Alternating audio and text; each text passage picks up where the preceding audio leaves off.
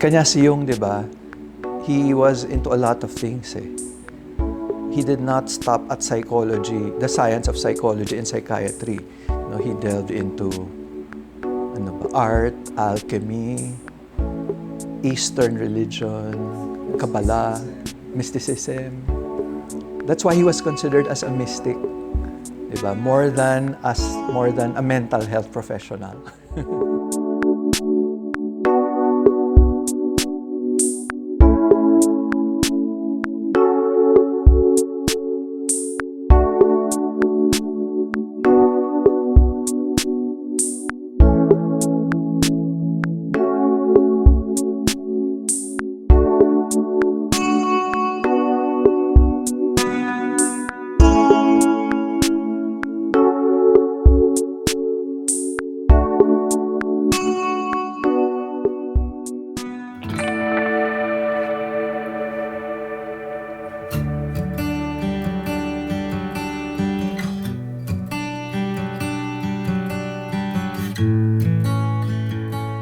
Kasi considering that, yun nga, the one entire lifetime is composed of stages and phases, the process never really ends eh.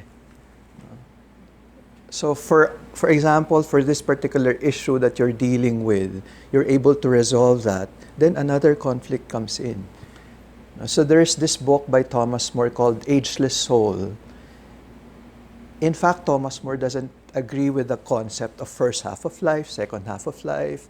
He said that an entire lifetime is composed of millions of halves, or millions of stages and millions of phases.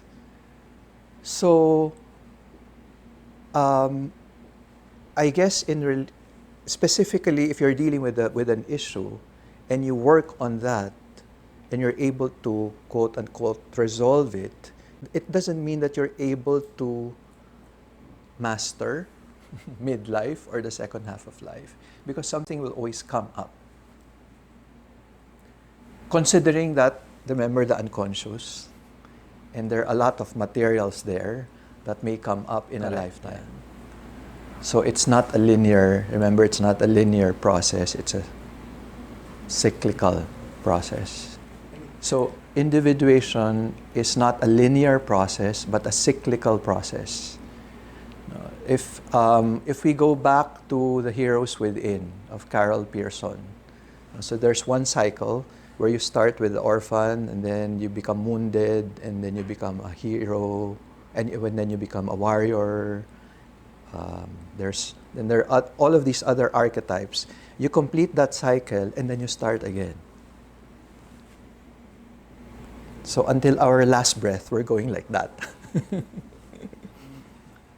So I remember again James Hollis saying that in order for us to live a larger life, we have to start asking larger questions.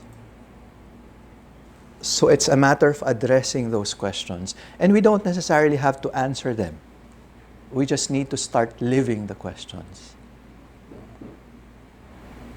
So I think in essence, that is what will make our second half of life more meaningful, or more, I guess, authentic and real. I think that's another important aspect, to live with the uncertainty. Because remember, yung sabi ko kanina, our culture reinforces the idea that I need to act, I need to know, I need to resolve. But, diba, remember that saying na we focus more on the journey than the destination. So it's the process of asking the questions rather than getting to the point where we know the answers to those questions. That's the essence. It's the journey or the process. Letting the questions guide you. And remember that perspective na perhaps, di ba, we say we are meaning-seeking creatures. So we try to look for meaning, for purpose. But in fact, there's the perspective which says, maybe it's not only us who are seeking for meaning. Maybe meaning is seeking us.